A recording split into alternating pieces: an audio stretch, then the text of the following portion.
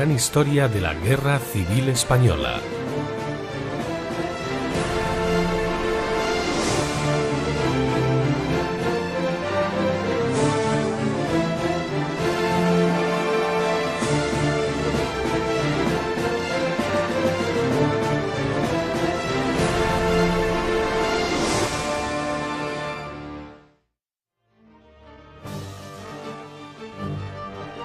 Finales de julio de 1938. Se cumplen 2 años de la Guerra Civil en España y todas las miradas están puestas en el río Ebro. El ejército republicano, en una acción bélica sin precedentes, cruza el Ebro a viva fuerza el 25 de julio de 1938. Una vez que los nacionales llegan al Mediterráneo, el próximo objetivo es la ciudad de Valencia. Pero los republicanos reaccionan rápidamente y ejecutan una maniobra de distracción en la zona del Ebro. Se trata de una de las operaciones más brillantes de la guerra, pensada y coordinada por el general Rojo. Anteriormente, el 15 de abril, se produce la rotura del frente a la altura de Vinaroz y el territorio republicano se parte en dos. A las 2:30 de la tarde del Viernes Santo, los primeros requetés llegan a la playa de Vinaroz. Toda la orilla derecha del Ebro, desde Caspe, el castillo moro de Mequinenza, hasta Tortosa en su desembocadura, es la nueva frontera de la España nacional. Se da por finalizada la campaña en tierras aragonesas para adentrarse en Levante. Las tropas avanzan por las carreteras de la costa y del interior, llegando a los arrabales de Castellón de la Plana el 15 de junio y dejando despejado el camino a Valencia. Una vez que ha caído la capital de la Plana, la ofensiva franquista no se detiene y avanza por los itinerarios previamente marcados, el que discurre por la costa y aquel que se encamina desde el interior de la provincia hasta Sagunto. El general Dávila ordena que la vanguardia no se detenga y siga avanzando. Ante la gravedad de los acontecimientos, el general Vicente Rojo, en mayo de 1938, prepara otra maniobra de distracción para frenar la ofensiva nacional en Aragón y en Levante. Proyecta lanzar sus tropas hacia el sur, con la idea de enlazar con las de Miaja en Levante y colapsar la ofensiva nacional sobre Valencia.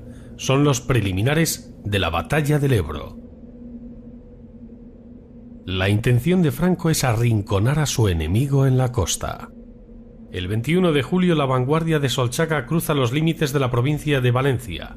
Protegida por un intenso bombardeo artillero, la infantería avanza 95 kilómetros.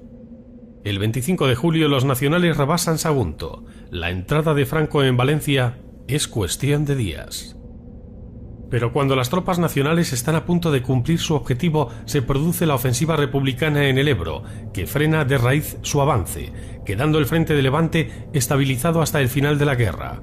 A las puertas de Sagunto y viendo Valencia a pocos kilómetros, se suspende el avance nacional. En junio se lleva a cabo el reconocimiento del curso del río. Los primeros estudios apuntan una posibilidad de cruzarlo entre Fallón y Cherta.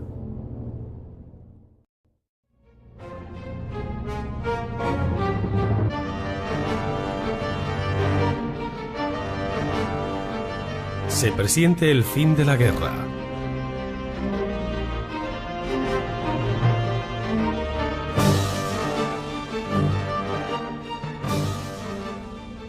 La ofensiva republicana del Ebro ha sido un éxito. Todos los objetivos marcados se han llevado a cabo, excepto la toma de Gandesa, núcleo vital para dominar el valle del Bajo Ebro. El 1 de agosto, con la llegada de munición y nuevos combatientes, se coordina un nuevo asalto sobre Gandesa y Villalba de los Arcos, que inicia la 16ª División Republicana.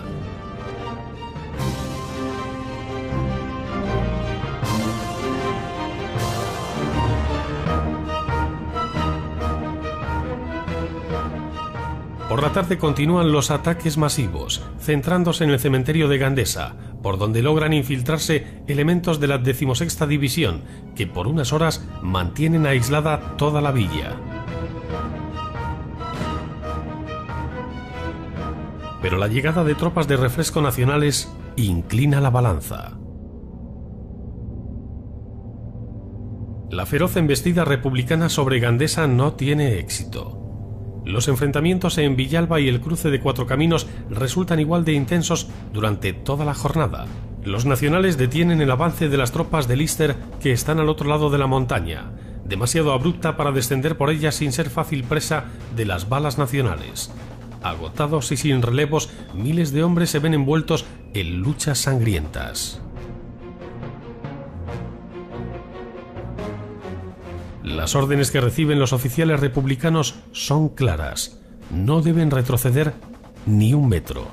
Si, como parece, se empiezan a producir las primeras escenas de retroceso y pánico, puede llegar a originarse un contagio en otras unidades cercanas.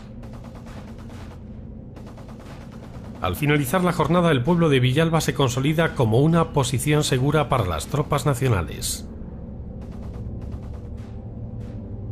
Los fascistas al otro lado de la trinchera nos gritaron: «Rojillos, mañana bautizo». Y así fue. Al día siguiente comenzaron a caer almendrones de plomo del cielo.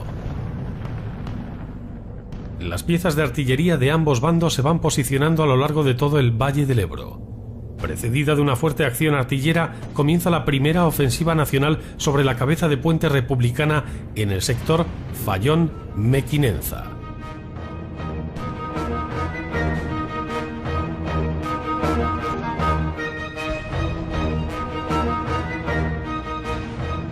Cuando el cañón olía a azufre quemado y todos los artilleros temían que reventara, era el propio capitán quien metía las bombas en sus tripas.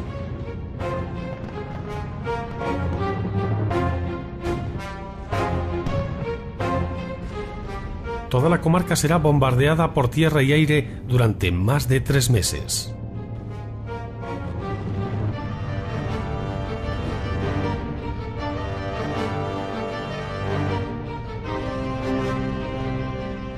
A últimos de agosto, procedente del frente de Levante, llega la primera división de Navarra al mando del coronel Mohamed Ben Misian para reforzar el cuerpo marroquí de Yagüe.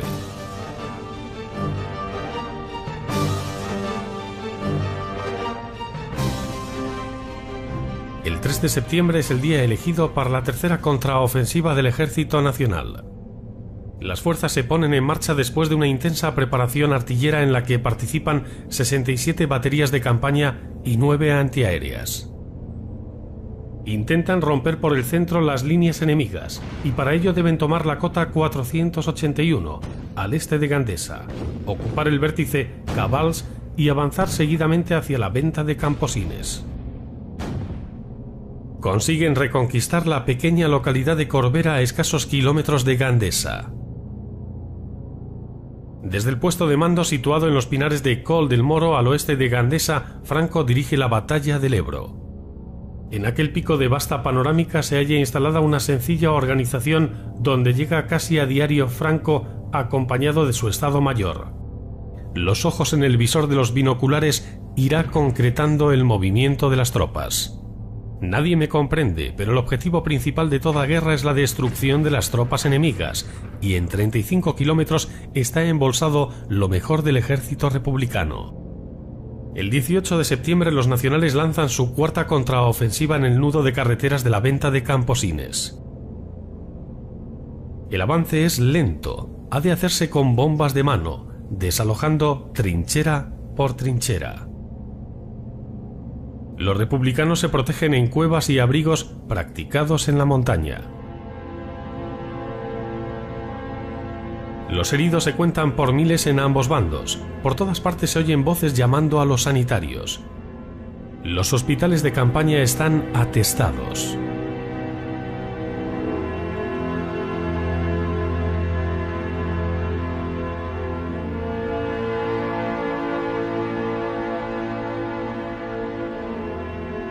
Los casos de automutilación en las filas republicanas se han multiplicado, sobre todo de disparos en la palma de la mano, generalmente a la izquierda. Los soldados se colocan un chusco de pan entre el fusil y la mano y se disparan. Estos actos de indisciplina son castigados con el fusilamiento por parte de los propios compañeros o negando la evacuación al soldado que días después llega a los médicos con cuadros de gangrena gaseosa de la que muere o pierde el brazo. Los hospitales más cercanos no dan abasto.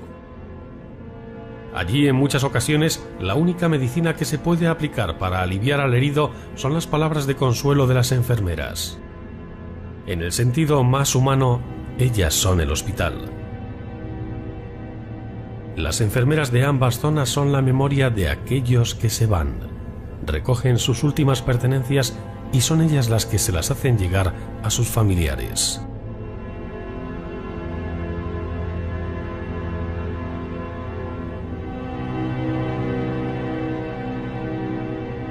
Los republicanos, rodeados por las tropas nacionales en el frente y con el Ebro a sus espaldas, apenas tienen margen de maniobra. Pero salen a defender sus posiciones y a recuperar las perdidas con un ardor que recuerda a los primeros días de la guerra. La batalla que se libra durante estos días es durísima. La sierra de Pàndols forma un macizo peñascoso de difícil acceso para la infantería.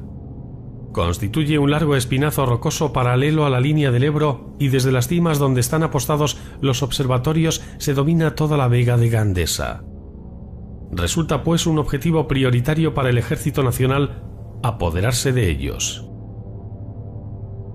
En el sector de Pàndols, las fuerzas de la 35 División Republicana sufren desde el 6 al 24 de septiembre más de 1.563 bajas. El 26 de septiembre el mal tiempo paraliza momentáneamente las operaciones y concede una tregua a los exhaustos combatientes. El alto mando republicano comienza a reclutar a la quinta del Biberón, compuesta por muchachos de tan solo 18 años de edad que no dan la talla frente a los fogueados combatientes nacionales. En el cielo del Ebro se producen los primeros combates aéreos. El 3 de octubre la aviación republicana derriba varios aparatos nacionales, entre los que se encuentran los de García, Morato y Salvador. Fundador de la Patrulla Azul junto a Morato y Bermúdez de Castro, Salvador cae en territorio republicano y es hecho prisionero. Permanece como tal hasta la entrada de los nacionales en Barcelona en enero de 1939. García Morato es abatido pero logra aterrizar con el aparato dañado en territorio nacional. La Patrulla Azul, ahora convertida en grupo de caza, se convierte en poco tiempo en una unidad temida en toda la guerra, hasta el punto de que la República tiene dificultades en reclutar pilotos de caza. El 8 de octubre el tercio de Montserrat, ya reorganizado, ocupa la cota 481. El 18 de octubre comienza otra nueva ofensiva nacional, sin prisa pero sin pausa. El campo de batalla del Ebro constituye el verdadero cementerio de las brigadas internacionales. Más de 25.000 brigadistas han caído en los campos de batalla de España. El resto vuelve a casa coincidiendo con la interrupción de la lucha debido al mal tiempo. Dolores Ibárruri, la pasionaria, les dedica un mensaje de despedida a los voluntarios. Es muy difícil pronunciar unas palabras de despedida dirigidas a los héroes de las brigadas internacionales por lo que son y por lo que representan. De todos los pueblos y de todas las razas vinisteis a nosotros como hermanos nuestros, como hijos de la España inmortal, en los días más duros de nuestra guerra, cuando la capital de la República Española se hallaba amenazada. Por primera vez en la historia de las luchas de los pueblos se ha dado el espectáculo asombroso por su grandeza de la formación de las brigadas internacionales para ayudar a salvar la libertad y la independencia de un país amenazado, de nuestra España. Madres, mujeres, cuando los años pasen y las heridas de la guerra se vayan restañando, hablad a vuestros hijos, habladles de estos hombres de las brigadas internacionales.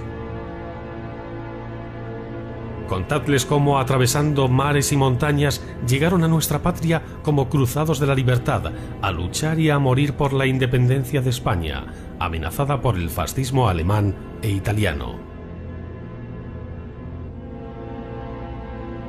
Hoy se van muchos, millares se quedan, teniendo como sudario la tierra de España, el recuerdo saturado de honda emoción de todos los españoles.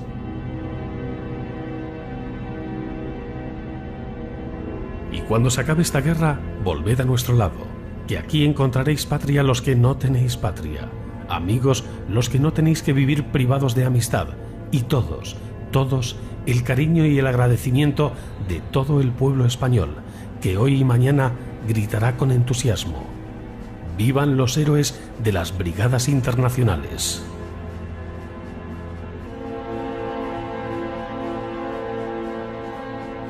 El 28 de octubre, en medio de ceremonias y emocionados homenajes, comienza el repliegue de los voluntarios internacionales.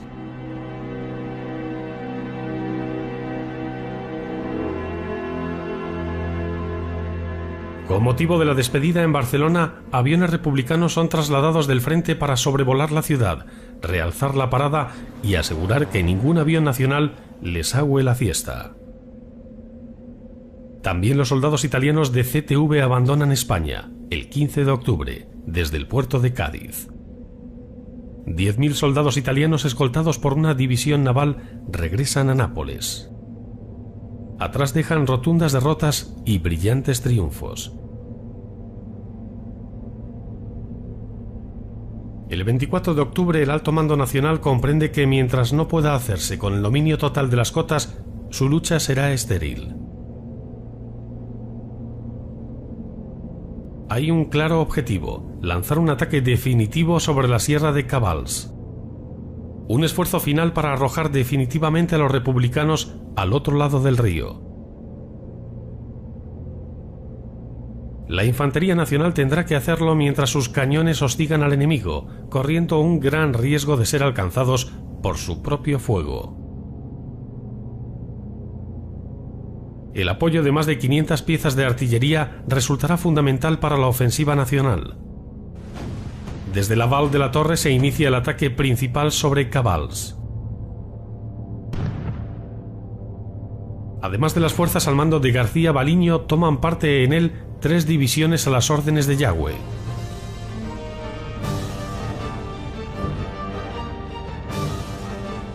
Hay también una masa importante de aviones de combate distribuidos en 3 salas o formaciones: la de la Legión Cóndor alemana, la de la aviación legionaria italiana y la de las 2 brigadas de la aviación española. La única manera posible de que los franquistas ocupen la sierra de Cabals es combinando perfecta y coordinadamente la aviación, la artillería y las fuerzas de tierra. Artillería de ruptura, masivamente acoplada con la artillería antiaérea.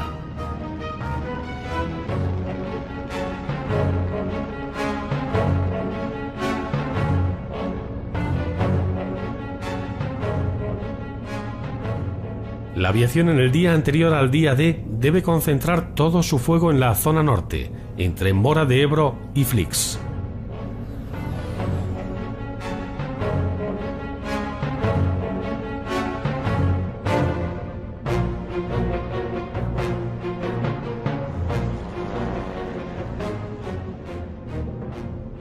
Inmediatamente después de la enorme lluvia de metralla, la infantería debe atacar en masa.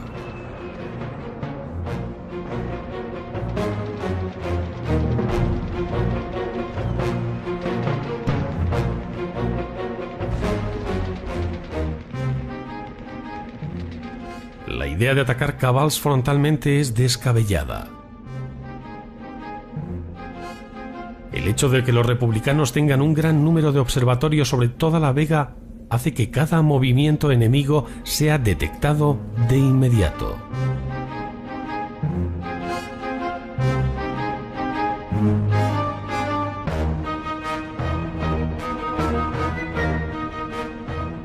El 30 de octubre da comienzo la última contraofensiva nacional.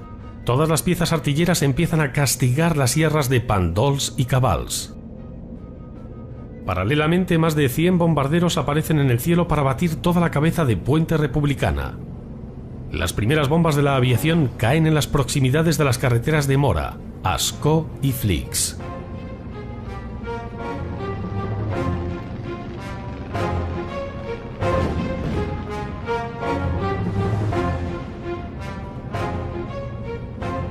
Una impresionante preparación aérea y artillera que aplastan literalmente el terreno.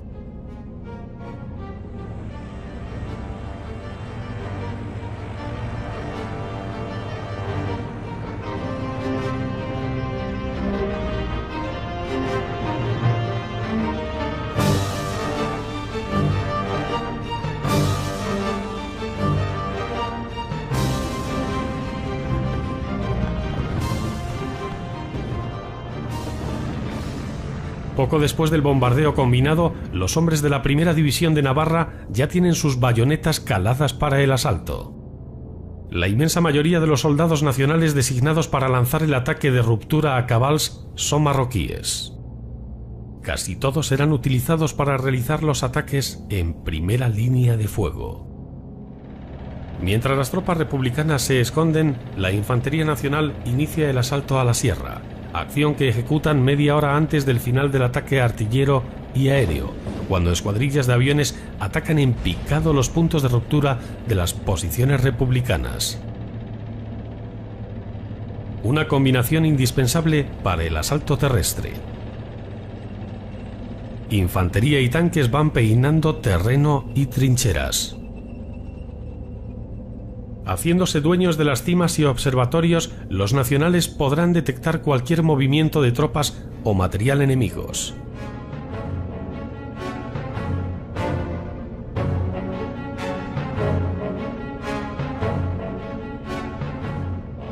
Cuando termina el bombardeo, al mediodía, los marroquíes que están en la misma falda escondidos desde la noche anterior empiezan a subir. La huida general no tarda en producirse.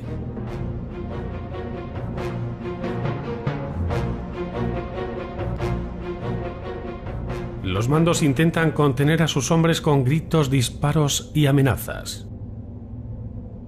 Tras la desbandada de la 43 División, ya no hay líneas de defensa republicanas.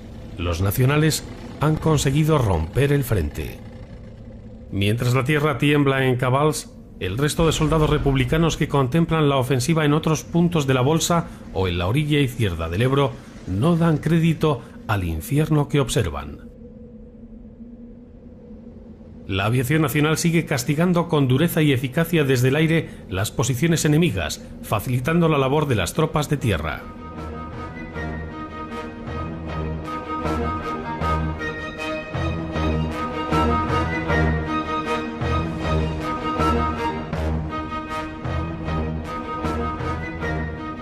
Toda la montaña es primera línea de fuego.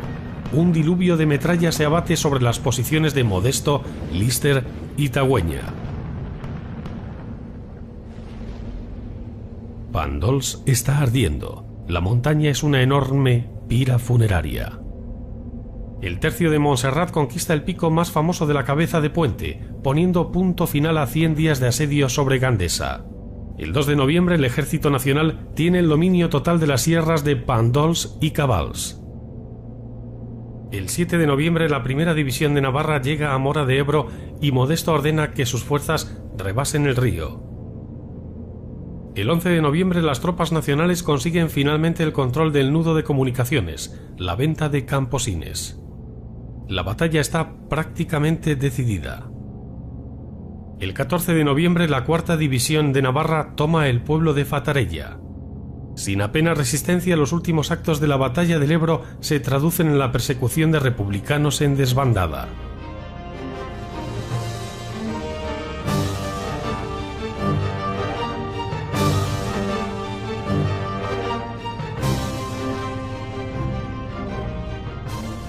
El 16 de noviembre de 1938 se ocupa Ribarroja y Flix.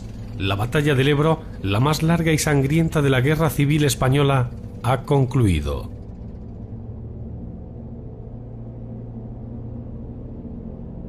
Los límites de las líneas de frente en ambos ejércitos vuelven a la situación de origen. La 11ª División de Lister se retira. Las tropas republicanas vuelven a cruzar el río hacia su orilla izquierda. Tagüeña tiene la tarea de proteger el paso de los últimos contingentes al otro lado del Ebro. Tiene bajo su mando a más de 20.000 hombres y al Ejército Nacional avanzando hacia ellos a gran velocidad. La primera brigada que cruza el Ebro en julio de 1938 será el 16 de noviembre la encargada de cubrir la retirada y, por lo tanto, la última en volver a cruzar el río. De los primeros 12.000 hombres que habían iniciado la ofensiva en la madrugada del 25 de julio, solo regresan 3.000. Con la voladura de los puentes que atraviesan el río, el Ebro se queda sin ningún medio de paso en los 100 kilómetros de recorrido final. Desde Mequinenza hasta el delta del Ebro en Tortosa, las tropas de Franco no tendrán ninguna posibilidad de atravesar el río para perseguir al enemigo.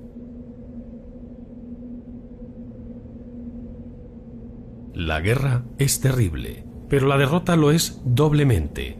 Un vencido no es nadie, ni tiene derecho a nada. Está a merced del vencedor.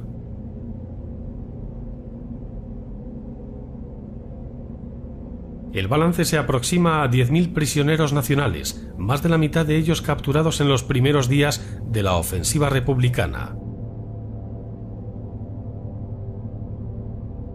Innumerable material de guerra queda abandonado en el campo de batalla. Entre las tropas del Ejército Popular se contabilizan más de 15.000 prisioneros.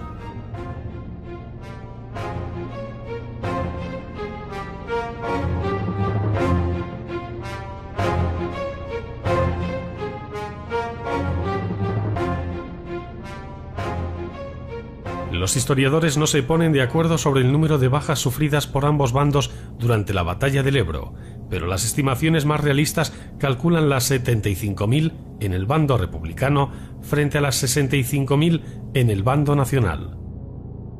Al terminar la batalla, la moral del Ejército Nacional se eleva nuevamente. Además, sus fuerzas están alcanzando un nivel de eficacia que la República no llega siquiera a acariciar. Sin embargo, la afortunada evacuación del Ebro llevada a cabo por Tagüeña permite al gobierno de Negrín disimular las pérdidas y la derrota.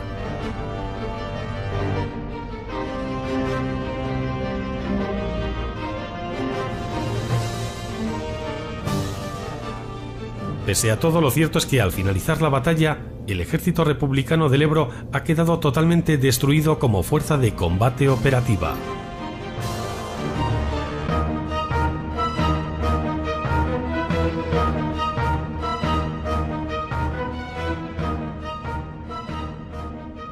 Ahora solamente queda el ejército republicano del Este.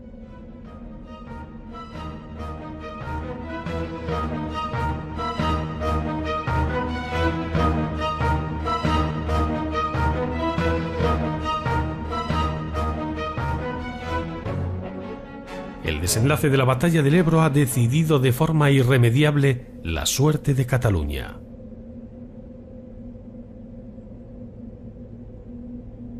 La aviación nacional efectúa, coincidiendo con la batalla del Ebro, unos singulares bombardeos. Pancandeal sobre Madrid el 3 de octubre y sobre Alicante el 6 de ese mismo mes.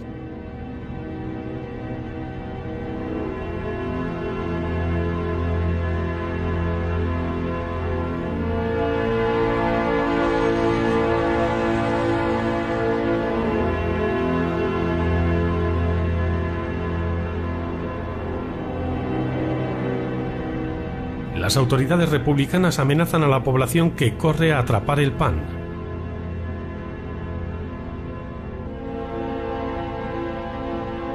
El 20 de noviembre se procede al lanzamiento de rosas sobre la prisión de Alicante en el segundo aniversario del fusilamiento de José Antonio Primo de Rivera.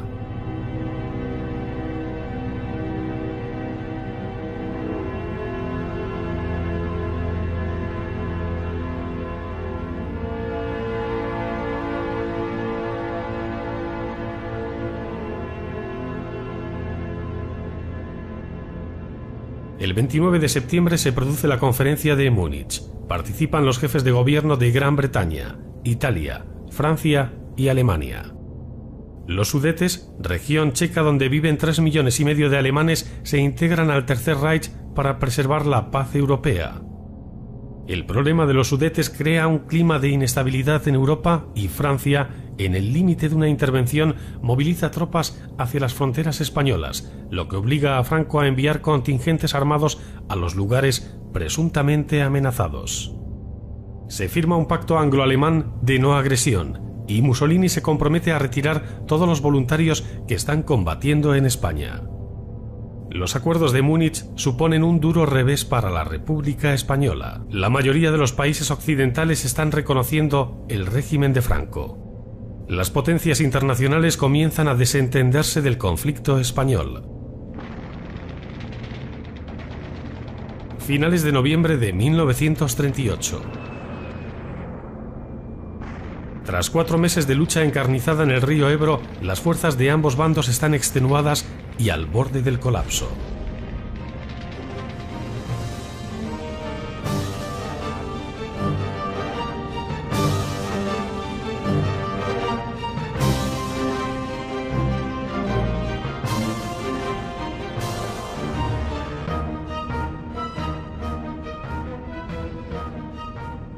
Desde el inicio de la Guerra Civil en 1936, la República ha ido perdiendo terreno y las tropas de Franco dominan ya las 3/4 partes de la península.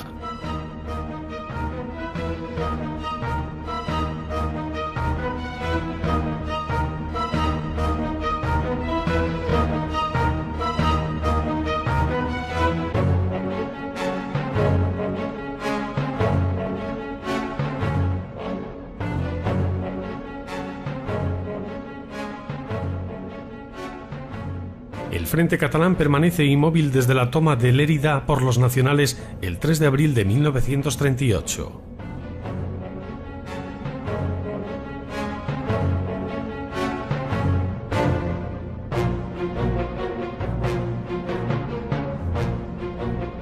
Después de 2 años y medio de guerra civil, el último episodio militar de importancia está a punto de comenzar. Franco, consciente de su fortaleza y recuperada plenamente la moral de sus tropas, se dispone a llevarlas hasta la frontera francesa, desplegando 6 cuerpos de ejército desde el Pirineo hasta el delta del Ebro.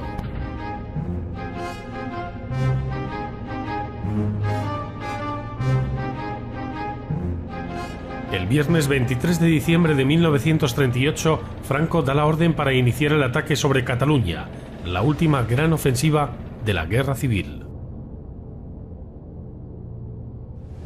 Instala su puesto de mando en el castillo de Raimat, cerca de Lérida, dando la siguiente directiva a todas las unidades. Es preciso no sembrar odios y tener en cuenta que la única labor que ahora incumbe a las tropas de ocupación es la de respetar a los buenos ciudadanos y extremar el trato de hermandad con sus habitantes. Llevar a los catalanes la paz material y espiritual que tanto necesitan.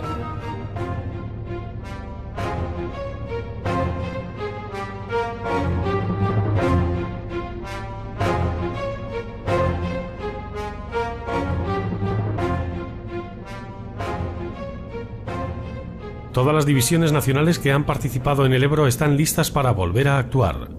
Más de 300.000 soldados están concentrados en las inmediaciones del Ebro y del Segre.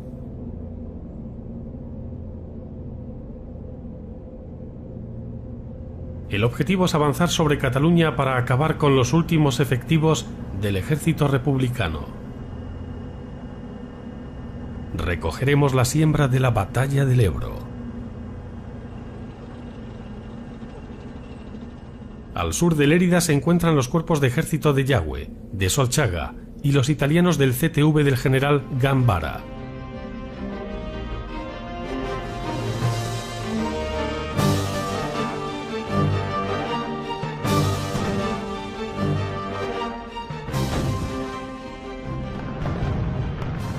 Al norte de la ciudad de Lérida se encuentran los cuerpos de ejército de Muñoz Grandes.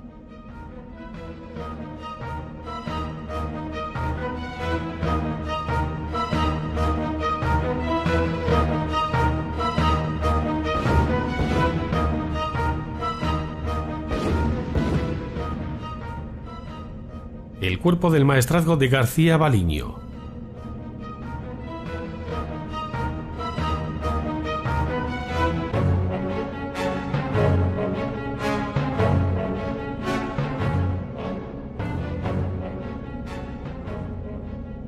Y el cuerpo de Aragón de Moscardó.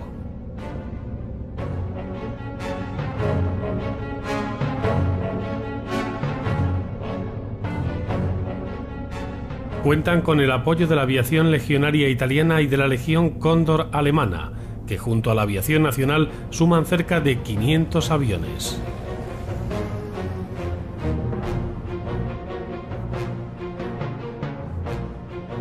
En los preparativos de la ofensiva militar, el Estado Mayor Nacional divide la zona de ataque a lo largo de un frente de casi 200 kilómetros, entre la desembocadura del río Segre, en el Ebro, y la cordillera Pirenaica.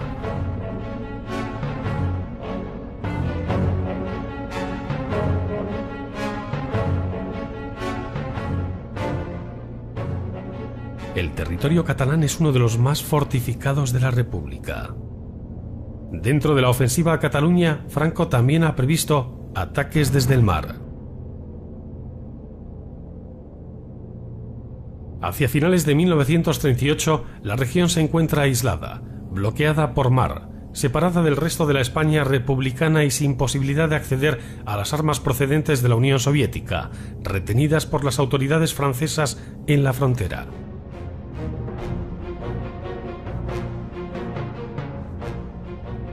El dominio nacional marítimo es total.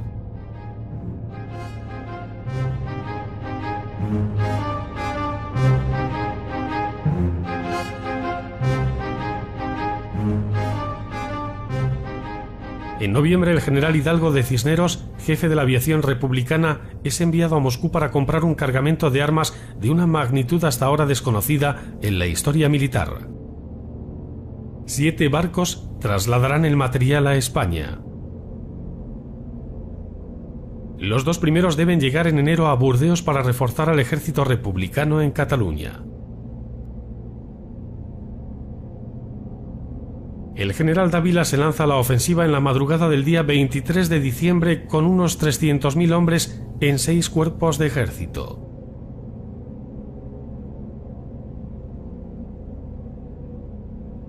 Por la parte republicana, el general Saravia comanda unos 200.000 hombres en 7 cuerpos de ejército.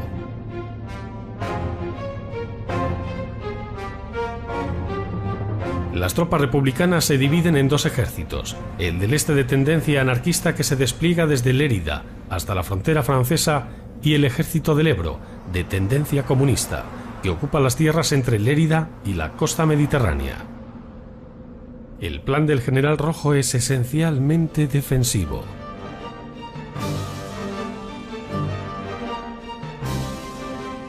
La madrugada del 23 de diciembre de 1938 da comienzo la ofensiva nacional. Por el norte, los cañones del Cuerpo de Ejército de Aragón, dirigido por Moscardó, machacan las posiciones del 12º Cuerpo Republicano. Se unen a ellos el cuerpo de Urgel y el del Maestrazgo. Por el sur, otras 4 divisiones deben romper el frente de la cabeza de Puente de Serós. La 56 División Republicana huye en desbandada ante la presión del ataque. Las tropas nacionales revientan las líneas enemigas el primer día de ofensiva. El frente queda roto en el río Segre. En un solo día de ofensiva avanzan cerca de 16 kilómetros. La ruptura del frente es total. Por el norte, Muñoz Grandes y García Baliño progresan con grandes dificultades, dado lo escarpado del terreno y lo duro del clima invernal en aquella zona de altas crestas. Por el sur rompen el frente con mayor facilidad, después de una potente preparación artillera que machaca las posiciones enemigas. El empleo en tiro directo de las baterías antiaéreas del 88 causa estragos en los emplazamientos de la línea defensiva. El balance para los republicanos es desastroso. Retrasan sus líneas y permiten avanzar terreno a los nacionales. Las tropas gubernamentales quedan totalmente desarticuladas en el primer día de la ofensiva.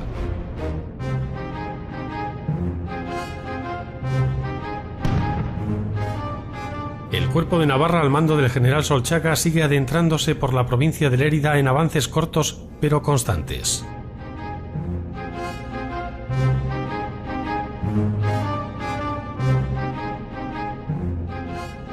Franco instala su cuartel general a unos 30 kilómetros al noroeste de Zaragoza. Las primeras líneas de defensa de Cataluña son las más difíciles de atravesar por las tropas nacionales. Pero la infantería apoyada de carros blindados y unidades lanzallamas rompe el frente catalán.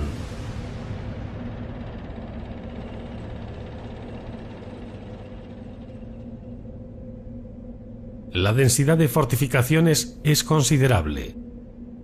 Los republicanos se han empleado a fondo en la construcción de trincheras y búnkeres y en algunos puntos estos campos atrincherados tienen hasta 20 kilómetros de extensión. El frío del invierno de 1938 es muy intenso y las sierras están cubiertas de nieve. Las condiciones climáticas son pésimas.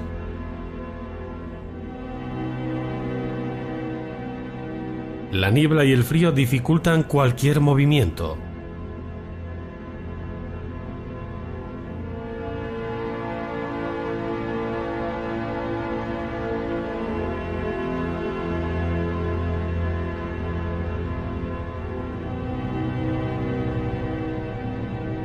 El 25 de diciembre los avances del CTV italiano y las divisiones navarras se tornan más lentos. Y la República vuelve a tener un golpe de suerte. En el cadáver de un capitán italiano encuentran las órdenes de las operaciones nacionales. El cuerpo de ejército de Tagüeña se encarga de contener el ataque.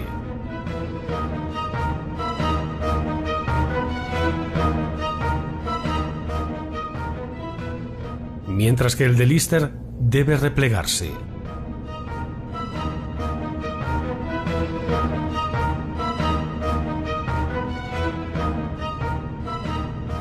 El avance nacional prosigue imparable, asegurando una amplia línea de frente al norte y sur del Segre. Tras una intensa lucha de desgaste, las fuerzas republicanas van cediendo terreno. Los combates alcanzan cotas de dureza extrema y la actuación de la artillería y la aviación es asfixiante. Las tropas navarras toman Granadella, a 30 kilómetros al sur de Lérida, el 29 de diciembre. Los italianos del CTV tratan a su vez de tomar Borjas Blancas, a pocos kilómetros de Granadella. La localidad es un objetivo vital para dar vía libre al cuerpo de ejército de Aragón que espera en la cabeza de Balaguer. La zona de Balaguer es la más fortificada de todo el frente catalán. Su carretera comunica directamente con Barcelona y, por lo tanto, es una de las más protegidas. Modesto ordena un último y desesperado esfuerzo a las tropas republicanas.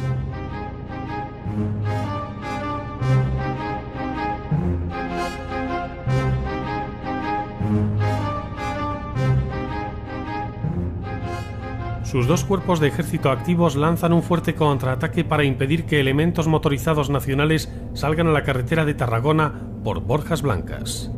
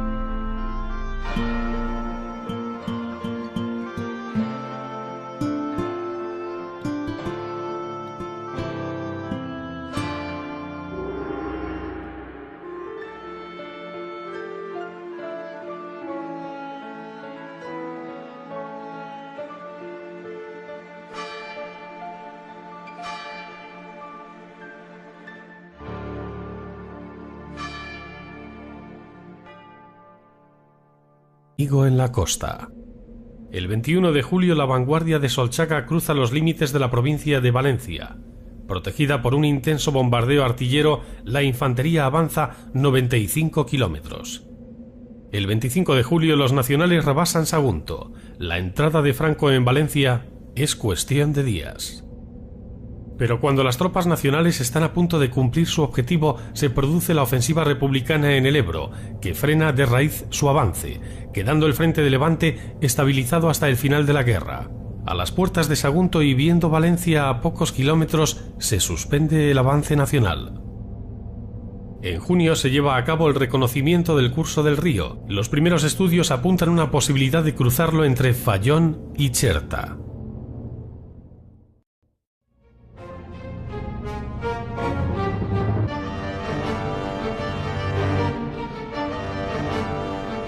Se presiente el fin de la guerra.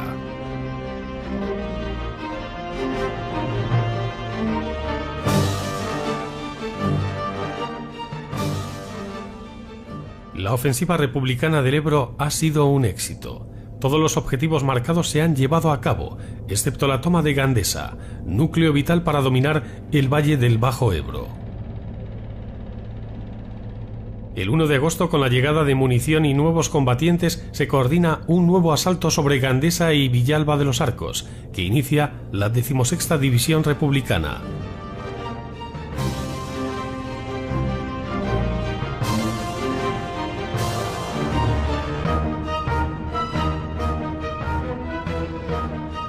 Por la tarde continúan los ataques masivos, centrándose en el cementerio de Gandesa, por donde logran infiltrarse elementos de la 16ª División, que por unas horas mantienen aislada toda la villa. Pero la llegada de tropas de refresco nacionales inclina la balanza. Avanzan por las carreteras de la costa y del interior, llegando a los arrabales de Castellón de la Plana el 15 de junio y dejando despejado el camino a Valencia. Una vez que ha caído la capital de la Plana, la ofensiva franquista no se detiene y avanza por los itinerarios previamente marcados, el que discurre por la costa y aquel que se encamina desde el interior de la provincia hasta Sagunto. El general Dávila ordena que la vanguardia no se detenga y siga avanzando. Ante la gravedad de los acontecimientos, el general Vicente Rojo, en mayo de 1938, prepara otra maniobra de distracción para frenar la ofensiva nacional en Aragón y en Levante. Proyecta lanzar sus tropas hacia el sur, con la idea de enlazar con las de Miaja en Levante y colapsar la ofensiva nacional sobre Valencia. Son los preliminares de la batalla del Ebro. La intención de Franco es arrinconar a su enemigo. En una acción bélica sin precedentes, cruza el Ebro a viva fuerza el 25 de julio de 1938. Una vez que los nacionales llegan al Mediterráneo, el próximo objetivo es la ciudad de Valencia. Pero los republicanos reaccionan rápidamente y ejecutan una maniobra de distracción en la zona del Ebro. Se trata de una de las operaciones más brillantes de la guerra, pensada y coordinada por el general Rojo. Anteriormente, el 15 de abril, se produce la rotura del frente a la altura de Vinaroz y el territorio republicano se parte en dos. A las 2:30 de la tarde del Viernes Santo, los primeros requetés llegan a la playa de Vinaroz. Toda la orilla derecha del Ebro, desde Caspe, el castillo moro de Mequinenza hasta Tortosa en su desembocadura, es la nueva frontera de la España nacional. Se da por finalizada la campaña en tierras aragonesas para adentrarse en Levante. Las tropas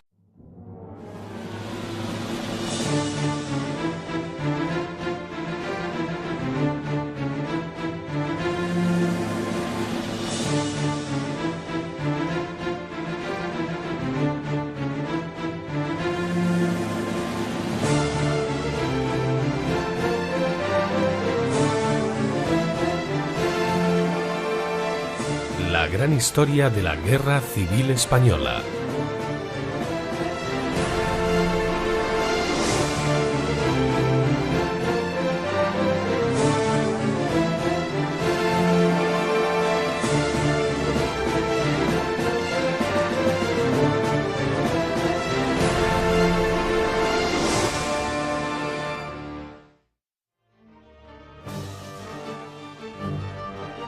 Finales de julio de 1938.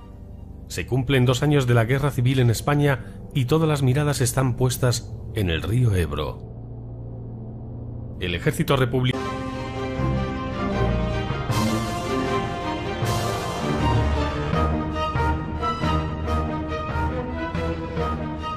Por la tarde continúan los ataques masivos, centrándose en el cementerio de Gandesa, por donde logran infiltrarse elementos de la 16ª División, que por unas horas mantienen aislada toda la villa.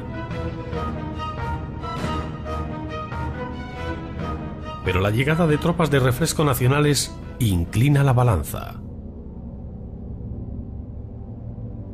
La feroz embestida republicana sobre Gandesa no tiene éxito. Los enfrentamientos en Villalba y el cruce de Cuatro Caminos resultan igual de intensos durante toda la jornada. Los nacionales detienen el avance de las tropas de Lister que están al otro lado de la montaña, demasiado abrupta para descender por ella sin ser fácil presa de las balas nacionales.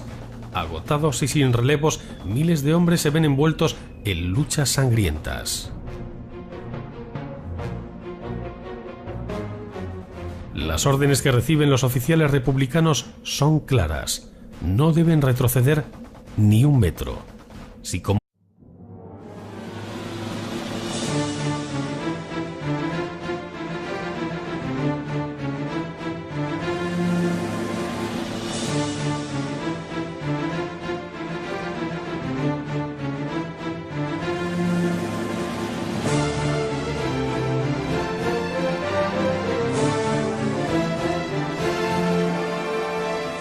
La gran historia de la Guerra Civil Española.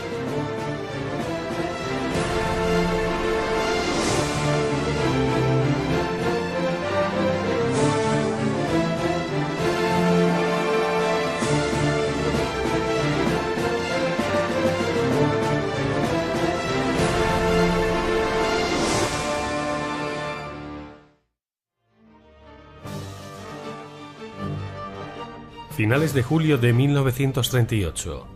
Se cumplen 2 años de la Guerra Civil en España y todas las miradas están puestas en el río Ebro. El ejército republicano, en una acción bélica sin precedentes, cruza el Ebro a viva fuerza el 25 de julio de 1938. Una vez que los nacionales llegan al Mediterráneo, el próximo objetivo es la ciudad de Valencia.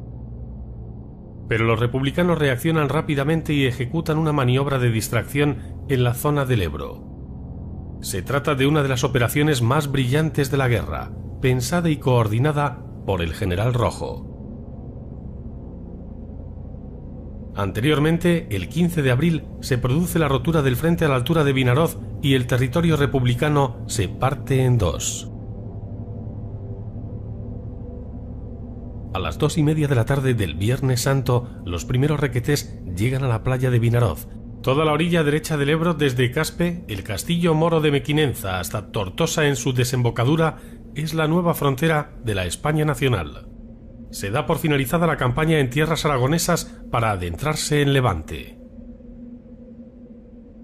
Las tropas avanzan por las carreteras de la costa y del interior, llegando a los arrabales de Castellón de la Plana el 15 de junio y dejando despejado el camino a Valencia.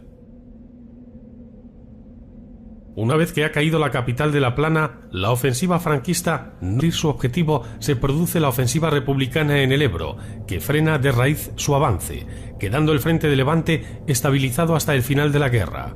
A las puertas de Sagunto y viendo Valencia a pocos kilómetros, se suspende el avance nacional. En junio se lleva a cabo el reconocimiento del curso del río. Los primeros estudios apuntan a una posibilidad de cruzarlo entre Fallón y Cherta.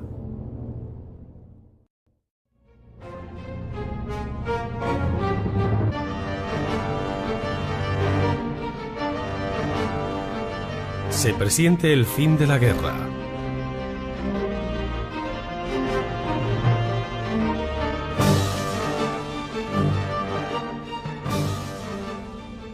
La ofensiva republicana del Ebro ha sido un éxito. Todos los objetivos marcados se han llevado a cabo, excepto la toma de Gandesa, núcleo vital para dominar el valle del Bajo Ebro. El 1 de agosto, con la llegada de munición y nuevos combatientes, se coordina un nuevo asalto sobre Gandesa y Villalba de los Arcos, que inicia la 16ª División Republicana. No se detiene y avanza por los itinerarios previamente marcados, el que discurre por la costa y aquel que se encamina desde el interior de la provincia hasta Sagunto. El general Dávila ordena que la vanguardia no se detenga y siga avanzando. Ante la gravedad de los acontecimientos, el general Vicente Rojo, en mayo de 1938, prepara otra maniobra de distracción para frenar la ofensiva nacional en Aragón y en Levante. Proyecta lanzar sus tropas hacia el sur, con la idea de enlazar con las de Miaja en Levante y colapsar la ofensiva nacional sobre Valencia. Son los preliminares de la batalla del Ebro. La intención de Franco es arrinconar a su enemigo en la costa. El 21 de julio, la vanguardia de Solchaga cruza los límites de la provincia de Valencia. Protegida por un intenso bombardeo artillero, la infantería avanza 95 kilómetros. El 25 de julio, los nacionales rebasan Sagunto. La entrada de Franco en Valencia es cuestión de días. Pero cuando las tropas nacionales están a punto de cumplir